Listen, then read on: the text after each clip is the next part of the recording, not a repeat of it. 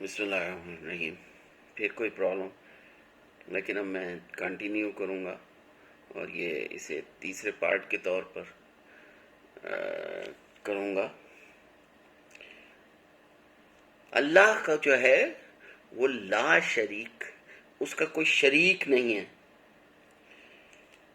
صفات سلبیہ ہم کہتے ہیں اسے، یعنی شرکت اللہ کے پاس، یعنی اللہ کے ساتھ کسی کو شریک نہیں کرنا کہ یہ کام جو ہے اللہ خدا نخواستہ نہیں کر سکتا، یہ کر سکتا ہے.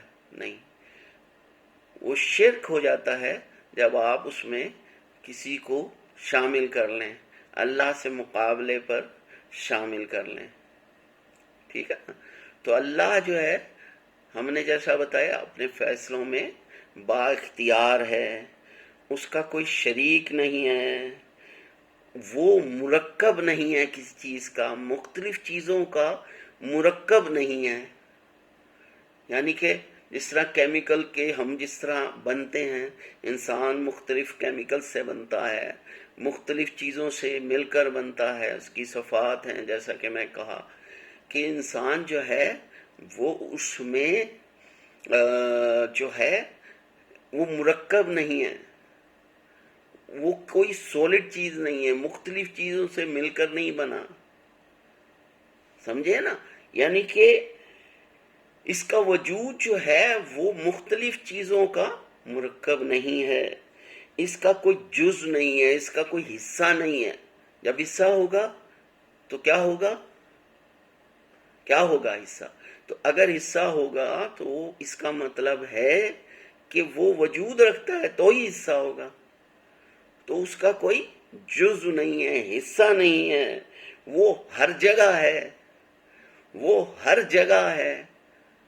یعنی کوئی ایسی جگہ نہیں ہے جہاں وہ نہ ہو، کوئی ایسی جگہ نہیں ہے جہاں وہ نہ ہو. اپنی قدرت سے، اپنی طاقت سے وہ ہر جگہ ہے. اس کا وجود ایسا ہے جو ہمیں نظر نہیں آتا، ہماری آنکھیں احاطہ نہیں کر سکتی. ٹھیک ہے نا؟ ہماری آنکھیں جو ہیں محدود دیکھتی ہیں، چاہے وہ دوربین سے دیکھیں تب بھی محدودیت ہے، اس میں لامحدودیت نہیں ہے. اللہ جو ہے آنکھوں میں اگر سما جائے تو وہ محدود ہو جائے گا، اور اللہ محدود نہیں ہے. حلول کرنا یعنی کہ اللہ کسی چیز میں حلول نہیں کرتا. مطلب یہ نہیں ہے کہ اللہ معاذ اللہ کسی انسان میں حلول کر جائے. نہیں، اللہ ایسا نہیں ہے کہ وہ کسی چیز میں حلول کر کے آ جائے، آپ کی اس میں آپ کے سامنے آ جائے. کسی چیز میں وہ نہیں سماتا. مطلب وہی جو ہم نے کہا کہ محدود نہیں ہے. آدمی کے بدن میں روح حلول کرتی ہے، جب روح نکل جاتی ہے تب آدمی مر جاتا ہے، لیکن اللہ کے ساتھ یہ نہیں ہے، یہ خدا کے لیے نہیں ہے. انسان ہے، آج میں بیٹھا ہوں، موت آ جائے گی، میرے سے روح نکل جائے گی تو کیا ہوگا؟ میرا جسم بیکار ہو جائے گا. ٹھیک ہے نا؟ روح نکلنے سے جسم بیکار ہو جائے گا. لیکن اللہ ایسا نہیں ہے، اس میں کوئی چیز حلول نہیں کرتی، نہ وہ کسی میں حلول کرتا ہے. ٹھیک ہے نا؟ تو پھر اب خدا مختلف حالات و کیفیات سے بری ہے. ہمیں گرمی لگتی ہے، ہمیں سردی لگتی ہے. ٹھیک ہے نا؟ ہم جو ہیں سردی لگتی ہے تو ہم اس کو اپنا انتظام کرتے ہیں کہ ہم گرمی حاصل کریں. یعنی مختلف جو ہے کیفیات ہوتی ہیں ہماری. ہم آج بوڑھے ہیں، کل جوان تھے، پرسوں بچے تھے. اب یہ جو کیفیات ہوتی ہیں انسان میں، جو تغیرات ہوتے ہیں، وہ اللہ میں نہیں ہے. دیکھیں نا، انسان جب پیدا ہوا تو چھوٹا سا بچہ تھا، بے بس بچہ تھا، پھر بڑا ہوا، پھر جوان ہوا، بڑھاپا آیا، چلا گیا. یہ تغیرات ہیں. اللہ میں تغیرات نہیں ہیں. اللہ جو ہے ان تمام جو یہ تغیرات ہیں، جو یہ تبدیلیاں ہیں، ان سے مبرہ ہے. ٹھیک ہے نا، اس سے مبرہ ہے. اللہ تعالی میں کوئی عیب نہیں ہے. اللہ تعالیٰ میں کوئی عیب نہیں ہے، وہ عیب سے مبرہ ہے. یعنی کوئی نقص نہیں ہے اللہ میں. اللہ جو ہے نقص سے بالا ہے. کوئی اس میں برائی تو بات ہے، لیکن اس میں کوئی چیز نقص نہیں ہے، برائی نہیں ہے اس میں کوئی. وہ جو ہے بتایا میں نے پہلے، یہ وہ کسی چیز کا محتاج نہیں ہے.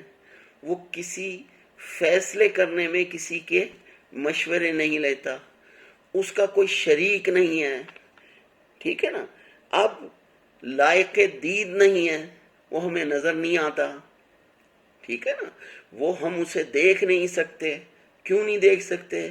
کہ ہماری نظر محدود ہے، ہم خود محدود ہیں، ہماری قوتیں محدود ہیں، ہماری عقل محدود ہے. ٹھیک ہے نا. اللہ نے ہمیں عقل دی ہے. اللہ نے ہمیں عقل دی ہے، اور یہی سب سے بڑا معجزہ ہے اس کا، کہ اس عقل سے ہم اس کو پہچانیں. یہی ایک معجزہ ہوگا کہ ہم اس جو اللہ نے ہمیں عقل دی ہے، اللہ نے جو ہمیں شعور دیا ہے، اللہ نے جو ہمیں یہاں ذہن بنایا ہے، ہمارا جو یہ برین ہے، یہ برین جو ہے یہ اللہ کا تخلیق کردہ ہے. اور اس میں باوجود اس کے کہ یہ اپنی سوچ میں سوچتا ہے کہ میں بہت بڑے کام کر رہا ہوں، لیکن اس دماغ کا جو اللہ نے اسے دیا ہے بہت کم حصہ استعمال کرتا ہے، کر سکتا ہے، کوشش کرتا ہے. لیکن پھر بھی آئنسٹائن جو ایک بہت بڑا سائنسدان ہے، اس نے کہتے ہیں کہ اس کے دماغ کا جو ہے وہ صرف اور صرف میرے خیال میں 5% جو ہے وہ اس نے استعمال کیا، تو وہ ایک انٹلیکچوئل ہو گیا. تو انسان جو ہے وہ یہ سب چیزیں جو ہیں یہ اللہ کی عظمت کا احساس دلاتی ہیں کہ اللہ جو ہے کتنا عظیم ہے. ہمارا ایک جسم جو ہے، اگر اس کے سامنے آپ اپنے جسم کو اپنے سامنے ہی رکھیں تو آپ کو اس پر حیرت ہوتی ہے، آپ کو اس کی سمجھ نہیں آتی کہ کیا سسٹم ہے. ایک دل جو ماں کے پیٹ میں دھڑکنا شروع کرتا ہے، وہ دل اس وقت تک دھڑکتا رہتا ہے، نہ یہ ریسٹ لیتا ہے. ٹھیک ہے نا. اور منٹ میں 60 دفعہ دھڑکتا ہے. ٹھیک ہے نا. ہر سیکنڈ دھڑکتا ہے. 24 گھنٹے، 7 دن، سالوں سال، ساری عمر دھڑکتا ہے. جو ہی بند ہوتا ہے انسان کی زندگی ختم ہو جاتی ہے. تو یہ ایک اس کے خالق کی ایک چھوٹی سی چیز جو ہے وہی سمجھنا مشکل ہے کہ یہ کیسے ہو رہا ہے، یہ نظام کیسے چل رہا ہے، ہم کیسے زندہ ہیں. ہمارا دماغ بھی کام کر رہا ہے، ہمارا دل بھی کام کر رہا ہے. اس کو ریسٹ کی ضرورت ہے یا نہیں ہے؟ دل تو مسلسل آپ سو جاتے ہیں تب بھی دھڑکتا ہے. نہ دھڑکے تو موت ہے. تو ہم انسان اگر اپنے ہی وجود پر غور کریں تو ہمیں ایک ایسے وجود کا اقرار کرنا پڑتا ہے جو کہ اتنا عظیم ہے، کہ اتنی کمپلیکیٹڈ انسان کے جسم میں یہ جو بنایا اتنا کمپلیکیٹڈ ہے کہ انسان اتنی ترقی کے باوجود بھی پوری طرح اس کے بارے میں معلوم نہیں کر سکا۔ سائنس چل رہی ہے، اللہ کہتا ہے ہم نے آسمان پیدا کیے، ابھی ایک نوری سسٹم کو لے کر ہم بڑے فخر کر رہے ہیں۔ اب پتہ لگ رہا ہے کتنے ایسے سسٹم ہیں، کتنے ایسے نوری سسٹم ہیں، کتنے ایسے فلکیات ہیں جو اس طرح چل رہے ہیں۔ ابھی ہم پہلے ہی حصے کو پوری طرح دریافت نہیں کر سکے ہیں۔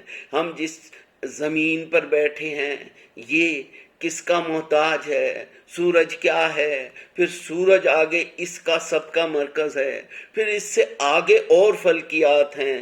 تو ہم اس کی قدرت کو دیکھتے ہیں اور پھر بھی اقرار نہیں کرتے۔ اللہ قرآن میں بھی کہہ رہا ہے کہ دیکھو، پہچانو، اپنے غور کرو، بار بار کہہ رہا ہے۔ اسی لیے کہہ رہا ہے کہ انسان جو ہے باوجود اس کے کہ ماننا چاہیے مانتا نہیں ہے، وہ اپنی ضد پر قائم رہتا ہے۔ وہ سمجھتا ہے کہ جو میں کہہ رہا ہوں، جو میں سوچ رہا ہوں وہ صحیح ہے۔ جب اس چیز پر موت کے منہ پر پہنچتا ہے، موت آنے لگتی ہے، تو اسے سمجھ آتا ہے کہ میں کتنا بے بس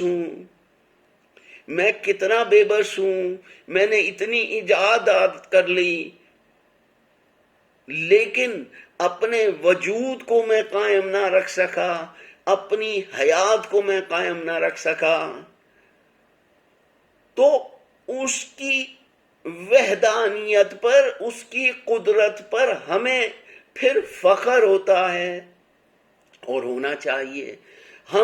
ہم جتنے انسان ہیں اگر اس چیز پر دیکھنا شروع کریں کہ اس دنیا میں کیا ہو رہا ہے، ایک ننھے سے پودے کی مثال لیں، ایک چھوٹا سا جو بیج ہے وہ زمین پہ آپ لگاتے ہیں، اور زمین میں وہ بیج تھوڑا پہلے پودا بنتا ہے، پھر وہ درخت بن جاتا ہے، پھر اس میں پھل لگتے ہیں۔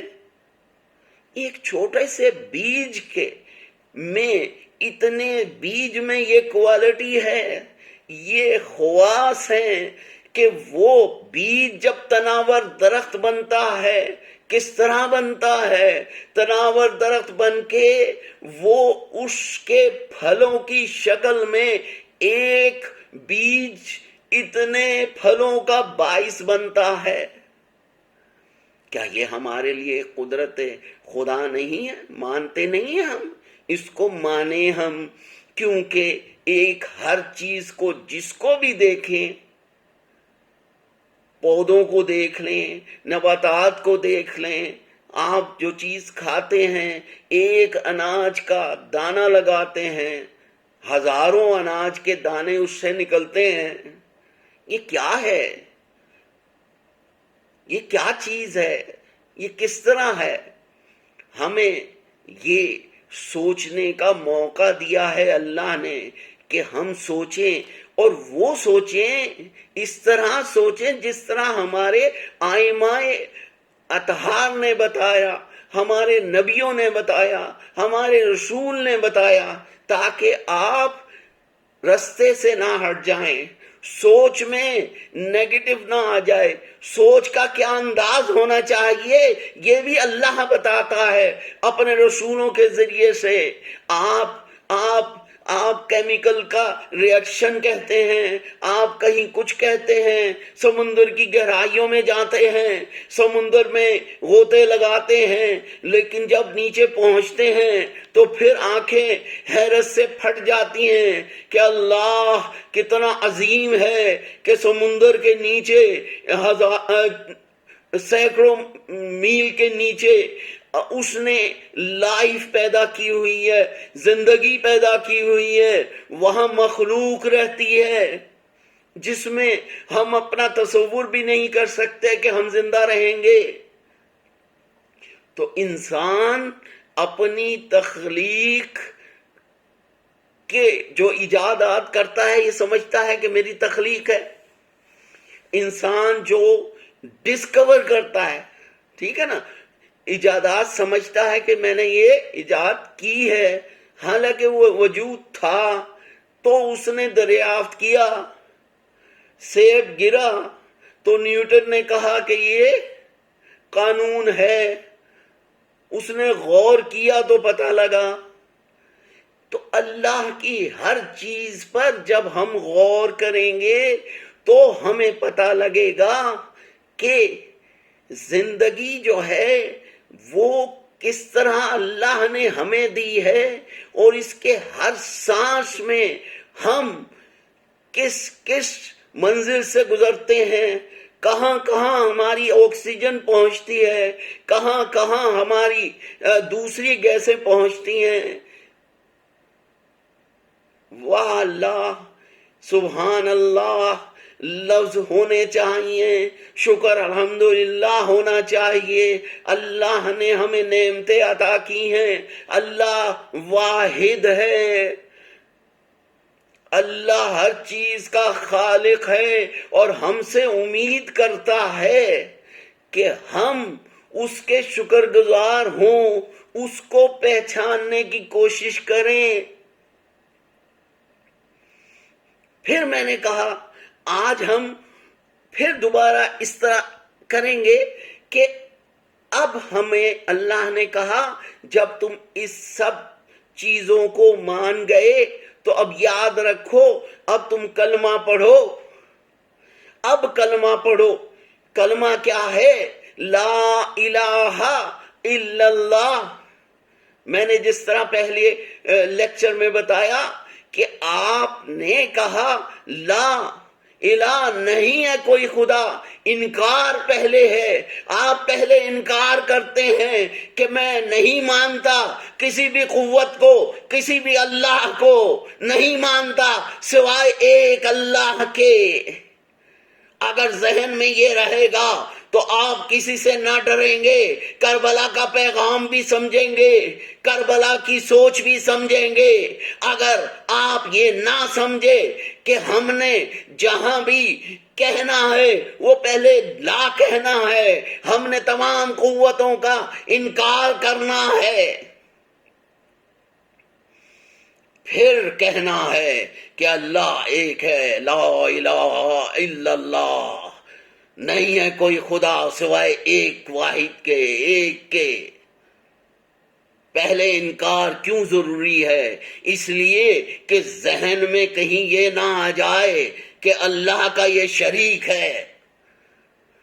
ذہنی طور پر ہمیں یہ کہا گیا کہ ہم پہلے انکار کریں، کوئی طاقت ہو، کوئی بھی ہو، ہم اس کا انکار کریں، چاہے وہ دنیاوی طاقت ہو، چاہے کوئی بھی طاقت ہو، وہ امریکہ ہو، وہ رشیا ہو، وہ چائنا ہو، وہ چائنا کی حکومت ہو، وہ تمام دنیا پر سپر پاور کی حکومت ہو، لیکن نہیں، وہ کوئی بھی طاقت ان کی نہیں ہے، نہیں ماننی ہے، ہم نے ان کا انکار کرنا ہے۔ انکار کر کے پھر اقرار کرنا ہے کہ اللہ ہے۔ پہلے آپ نے، میں پھر بار بار کہہ رہا ہوں کہ انکار ضروری ہے، پہلے تمام قوتوں کا انکار ضروری ہے، تمام پاورز کا انکار ضروری ہے کہ دیکھو جہاں بھی کہیں بھی جب بھی مقابلہ ہوگا پہلے انکار کرو کہ ہم مانتے ہیں اس کو، اور جو بعد ہیں اس کے مخالف ہیں ہم انہیں نہیں مانتے، انکار ہے۔ اللہ بھی یہی کہتا ہے کہ پہلے آپ انکار کریں ہر اس قوت کا جو اس دنیا میں ہے، جو ٹکراتی ہے، جو آپ سے ٹکراتی ہے، جو آپ کے ذہنوں میں آتی ہے کہ آج میں یہاں ملازمت کر رہا ہوں، میرا باس جو ہے وہ بہت اعلیٰ ہے، بہت طاقت والا ہے، میری نوکری کو ختم کر سکتا ہے۔ نہیں، ایسا نہیں ہے۔ آپ نے اپنی انکار سے پہلے اس کی طاقت کا انکار کرنا ہے۔ پہلے اللہ ہے، اللہ ہی ہے جو ہر کام کرتا ہے۔ اللہ سے ڈرنا چاہیے، اللہ سے پیار کرنا چاہیے۔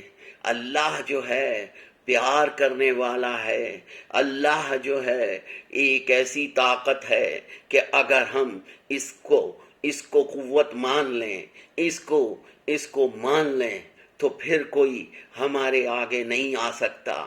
کربلا کا یہی پیغام ہے۔ میں پوری مجلس اس میں پڑھوں گا آپ کے سامنے۔ کربلا میں کیا تھا؟ طاقت کا انکار تھا۔ طاقت کا انکار تھا کہ طاقت اللہ کی ہے، تو کیا چاہتا ہے کہ میں تیرا اقرار کر لوں؟ نہیں، ایسا نہیں ہے۔ میں تیری طاقت کا انکار کرتا ہوں، میں تیری اطاعت نہیں کر سکتا۔ ہمارے تمام انبیاء آئے، تمام نے انکار کیا ان طاقتوں کا۔ فرعون کے سامنے موسیٰ نے فرعون کا انکار کیا، فرعون کی خدائی کا انکار کیا۔ کیوں؟ کیونکہ توحید کا پیغام دینا تھا۔ وہاں وہ بہت بڑا بادشاہ تھا، اپنے آپ کو خدا سمجھتا تھا۔ تو موسیٰ نے اللہ کا اعتبار کیا نا، موسیٰ نے اللہ کا اعتبار کیا، اللہ پر یقین کیا۔ انکار کیا کس سے؟ فرعون کی طاقت سے، فرعون کی خدائیت سے، جو خدا کا دعویٰ کرتا تھا اس سے۔ اللہ نے کیسی ترکیب کی کہ موسیٰ کو اسی کے گھر میں جو انکار کر رہا تھا، جو خدا کا انکار کر رہا تھا، اپنے آپ کو خدا مان رہا تھا، اسی کے ہاں موسیٰ کو پلوایا۔ ناطاقتی ہوتے ہوئے بھی طاقت ہے خدا کی، طاقت ہے اللہ کی۔ صرف اور صرف اللہ ہے جو طاقتور ہے، صرف اللہ ہے جو ہر چیز پر قادر ہے۔ تو اب موسیٰ نے انکار کیا، بھرے دربار میں انکار کیا یا نہیں کیا؟ بھرے دربار میں انکار کیا اور کہا تو خدا نہیں ہے، خدا وہ ہے جو ہر چیز کا قادر ہے، جو ہر چیز پر قادر ہے، جو ہر چیز کا کرنے والا ہے، تو خدا نہیں ہے۔ اگر خدا ہو تو کچھ کر کے دکھا۔ موت جو ہے وہ خدا لاتا ہے۔ فرعون نے کہا یہ تو میں بھی لا سکتا ہوں۔ اس نے ایک بندے کو فوری طور پر اس کا سر قلم کر دیا۔ اب جب سر قلم ہو گیا تو اب موسیٰ نے کہا اگر تو سچا ہے اپنی بات میں تو اب اس کو زندہ کر کے دکھا۔ اگر تیرے میں طاقت ہے، اگر تو خدا کا دعویٰ کرتا ہے، اگر یہ تیرا تخلیق کردہ خدا نہ خواستہ تھا تو اب اس کو زندہ کر کے دکھلا۔ اب وہاں فرعون جو ہے اس کی فرعونیت غائب ہو گئی، کوئی جواب نہ دے سکا۔ تو میں یہ کہہ رہا ہوں کہ ہم خدا پر یقین رکھیں، خدا کو طاقت مانے، خدا کو ہر چیز سے برتر مانے۔ ہم یہ مان لیں کہ جو کرتا ہے خدا کرتا ہے۔ اللہ جو ہے بہترین پیار کرنے والا ہے، اللہ جو ہے ہمارا سب سے زیادہ خیال کرنے والا ہے۔ اس نے اس وقت بھی خیال کیا جب ہم ماں کے پیٹ میں تھے، اس نے ہمارا اس وقت بھی خیال کیا جب ہم بالکل بے بس تھے، نہ ہاتھ اپنی مرضی سے ہلا سکتے تھے، نہ پیر اپنی مرضی سے ہلا سکتے تھے۔ ہمیں اس وقت بھی اللہ نے طاقت دی، ہمیں اس وقت بھی ماں کے جذبے میں، ماں کے دل میں یہ جذبہ پیدا کیا کہ وہ محبت ڈال دی کہ اس نے بچے کو اٹھا کر اپنا دودھ پلایا۔ اگر اس میں یہ محبت نہ ہوتی تو کیا وہ بچے کو اٹھاتی؟ کیا وہ بچے کو دودھ پلاتی؟ یہ اللہ ہے جس نے اس کے دل میں، اس کے دماغ میں یہ محبت ڈال دی، اس بچے کی محبت ڈال دی جو اس کے جسم میں تھا۔ اگر وہ محبت نہ ڈالتا تو کیا یہ ممکن تھا کہ وہ اس بچے کا خیال اس طرح کرتی؟ کیا ممکن تھا؟ نہیں ممکن تھا۔ اللہ، پہلے آپ سب مان لیں کہ اللہ قادر ہے، اللہ ہر چیز پر قادر ہے، اللہ سب سے بڑی قوت ہے، اللہ نظر نہ آنے کے باوجود ہر چیز دیکھ رہا ہے، ہر چیز سن رہا ہے، ہمارے ان اعمال کا بھی واقف ہے جو ہم چھپ کر کرتے ہیں، جو ہم سمجھتے ہیں کہ ہم چھپ کر کر رہے ہیں تو یہاں کون دیکھ رہا ہوگا۔ اللہ وہ بھی دیکھتا ہے، آنکھ نہ ہونے کے باوجود دیکھتا ہے، زبان نہ ہونے کے باوجود، کام نہ ہونے کے باوجود سنتا ہے، زبان نہ ہونے کے باوجود کلام کرتا ہے، کلام پیدا کرتا ہے۔ تو ہمیں آج یہ ہم نے صفات ثبوتیہ اور صفات سلبیہ کے بارے میں آج ہم نے تھوڑا سا پڑھا۔ آج کے لیے ہم اتنا ہی جو ہے مطلب کافی ہے میرے خیال میں۔ تو یہ 3 حصوں میں ہماری ویڈیو ہو گئی۔ آج محرم کی 5 تاریخ ہو گئی۔ حضرت حبیب ابن مظاہر کون تھے؟ حضرت حبیب ابن مظاہر کون تھے؟ حضرت حبیب ابن مظاہر حضرت امام حسین کے ہم عمر تھے۔ ان کے بارے میں مشہور ہے کہ یہ رسول خدا صلی اللہ علیہ وآلہ وسلم اللہم صلی علی محمد دور میں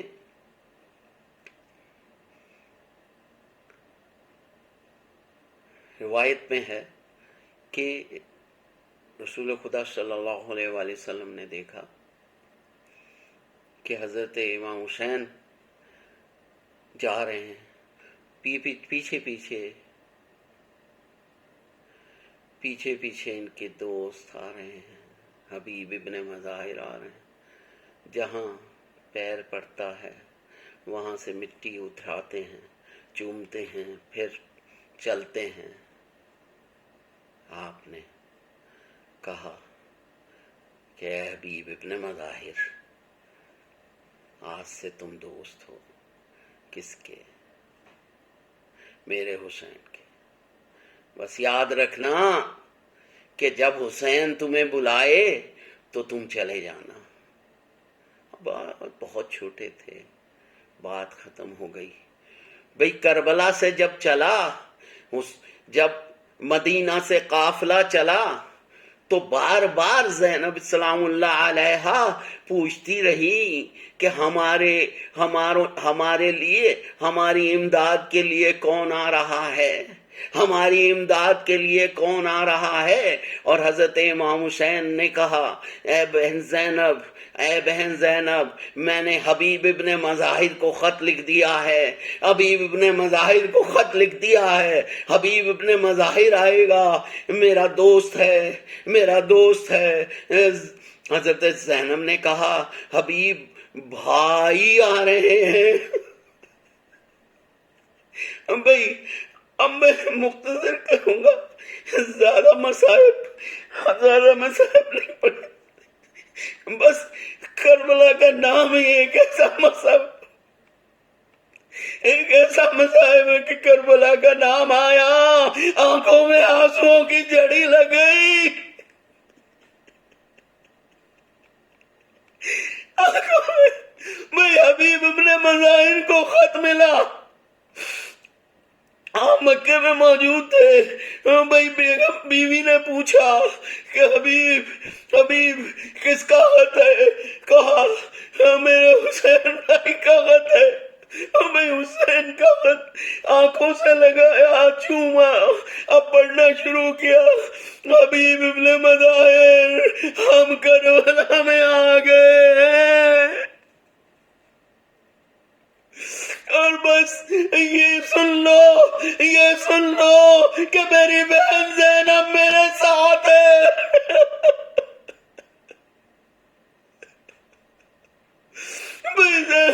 حبیب ابن مظاہر نے سنا، ارے زینب علی کی بیٹی، حسین کی بہن، ارے کربل میں حسین کے ساتھ ہے۔ آنکھوں سے آنسوؤں کی لڑی چڑھ گئی، اور کچھ رکے، سوچا، گھر کو پھر پڑا۔ بیوی نے سوال کیا حبیب کس سوچ میں ہو؟ حبیب کس سوچ میں ہو؟ کہیں تمہارا ارادہ تو تبدیل نہیں ہوا؟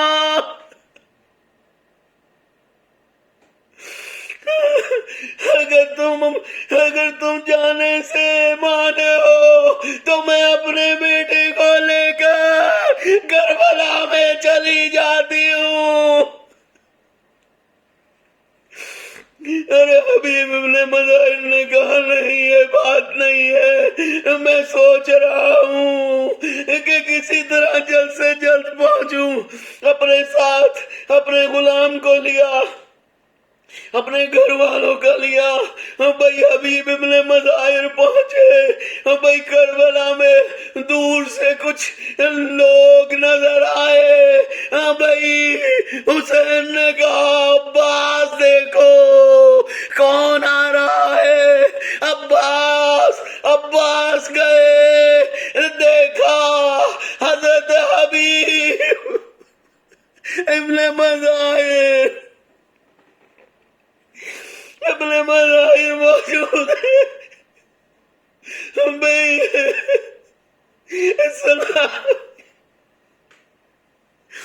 بھائی جب سنا گیا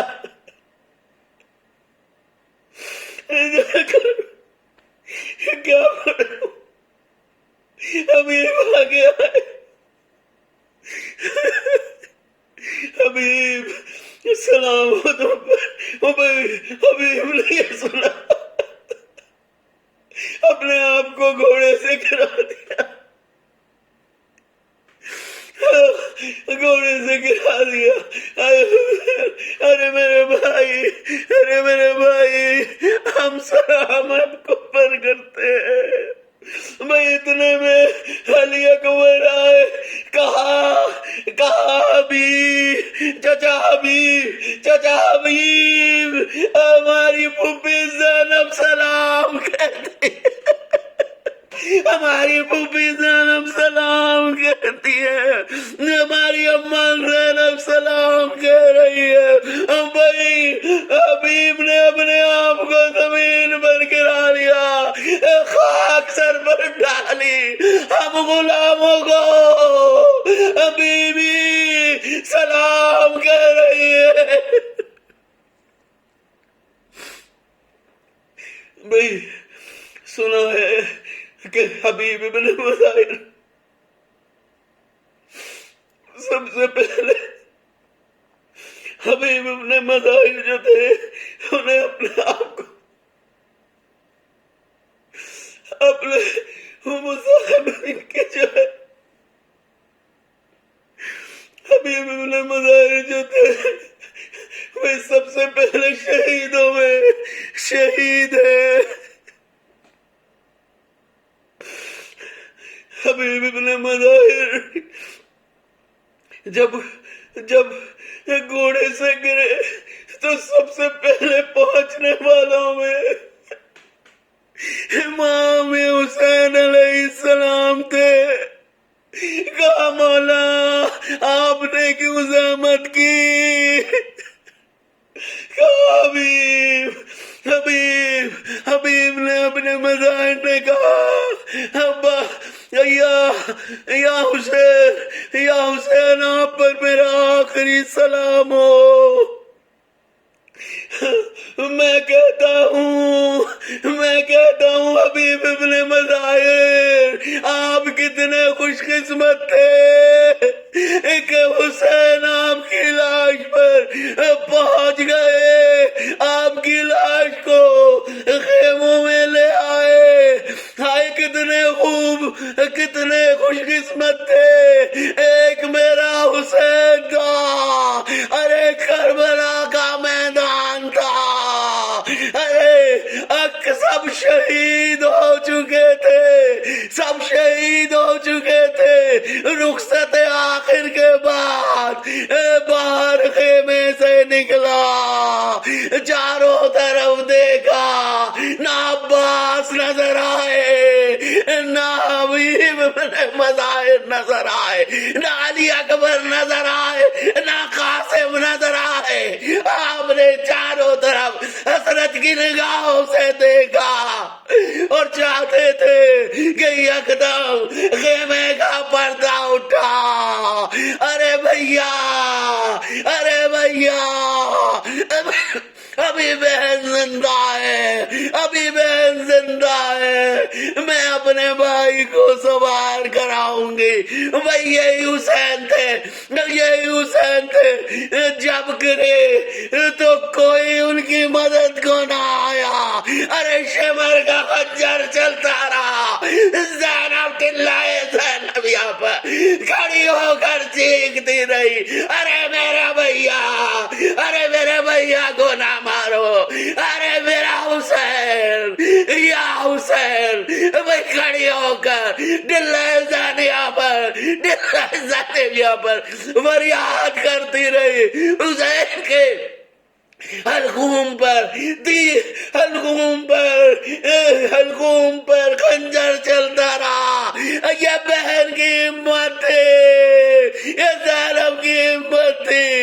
سلام ہو زینب پر، سلام ہو حسین علیہ السلام پر، سلام ہو شہدائے کربلا۔ انا لعنت اللہ من قوم الکاذبین۔ اللہم صلی علی محمد وآل محمد۔ اے اللہ، ہم یہ جو چھوٹی سی مجلس ہم نے کی ہے، مشائخ پڑھے ہیں، ان کو اپنی درگاہ میں قبول کر لے اور ہمیں اس کا صلاح دے۔ جو بیمار ہیں انہیں بیمار کربلا کے صدقے سب کو جان کی سلامتی کے ساتھ صحت کاملہ عطا کر۔ صحت کاملہ عطا کر دے. جو امتحان کسی قسم کا دے رہے ہیں ان کو ان کی زندگی کی سلامتی کے ساتھ کامیاب و کامران کروا دے. جو مرحومین اس وقت ہمارے ساتھ نہیں ہے ان کو بخش دے, ان کو بخش دینا. ہمارے بیٹے کو ہماری ساس علی رضا کو, یہ تعلیم کے بیٹے علی رضا, یہ جو اسی دور میں اسی سالوں میں ہم سے جدا ہوئے ہیں, میرے اللہ ان کو بخش دینا, ان کو بخش دینا, ان کو بخش دینا, ان کی مغفرت کرنا. میرے اللہ جو مرحومین اس وقت ہم اس دنیا میں نہیں ہے ان کو بخش دینا, ان کی مغفرت کرنا, اور ہماری تمام وہ حاجات بھر لانا جو آپ جانتے ہیں, جو تو جانتا ہے کہ ہم سب کے حق میں زندگی کی سلامتی کے ساتھ سب کے حق میں بہترین ہے.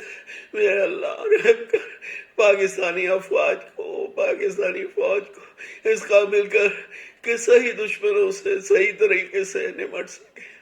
ہمارے پاکستان کو قائم و دائم رکھنا, دشمن کی ہر چال کو ناکام بنا دے, دشمن کی ہر چال کو ناکام بنا دے. یا اللہ جو میرے بارے میں یا کسی بھی ہمارے دوست کے بارے میں کوئی غلط کام کرے, غلط سوچے, غلط کام کرے, غلط کرے تو وہ اسی کی طرف پلٹوا دینا, اسی کی طرف پلٹوا دینا, اور ہماری حاجات بھر لانا, ہماری تمام جائز حاجات بھر لانا. ہمیں آپس میں اتحاد کی قوت عطا کر دینا, آپس میں بھائی چارے کی فضا پیدا کر دینا, آپس میں تمام مومنین, تمام رشتہ دار محبت آپس میں عطا ہو, آپس میں عدوت ختم ہو, آپس میں یہ جو چھوٹی چھوٹی غلط فہمیاں پیدا ہوتی ہیں, جو ہم تکبر کرتے ہیں, اس کو تو جو ہم میں ہے یہ ختم کرتے. بس تو ہی تو ہے, تو ہی تو ہے, صرف تو ہے, تو ہی خالق ہے, تو ہی رازق ہے, تو ہی خالق ہے, تو ہی قادر ہے, تو ہی رحم کرنے والا ہے, تو ہی رحم فرما. یا سریع الرضا, سب سے پہلے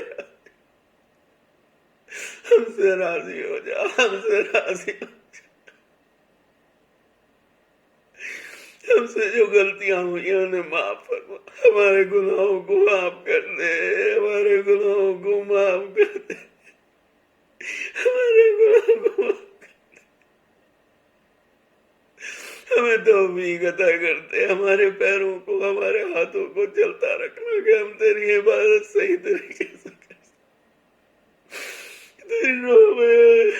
تیری راہ میں چل سکے, تیرے بتائے ہوئے رستے پر چل سکے. جو امام تو نے بھیجے ہیں, جو انبیاء بھیجے ہیں, ان کے رستے پر چل سکے.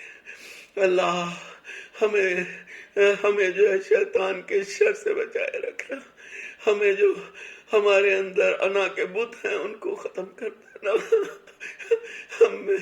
ہم میں جو اپنے آپ کو بہت اچھا سمجھنے کی ہمیں عادت ہے اس کو ختم کر دے. صرف تو ہی تعریف کے قابل ہے, بات کی کوئی نہیں. بس اللہ رحم کر دے, رحم کر دے, بس رحم کر دے. وداعنا الحمدللہ رب العالمین. ہاں, دشمنان اہل بیت پر لعنت ہو, دشمنان اہل بیت پر لعنت ہو, اس دور میں بھی اور اس دور میں بھی لعنت ہو. جن لوگوں نے اہل بیت کو تنگ کیا, اہل بیت کا کہنا نہیں مانا, اہل بیت کے مقابلے پر آئے, سب پر لعنت ہو, سب پر لعنت ہو, سب پر لعنت ہو. اللہ لعنت اللہ من قوم الکاذبین, اللہ لعنت اللہ من قوم الظالمین. صلوات اللہم صلی علی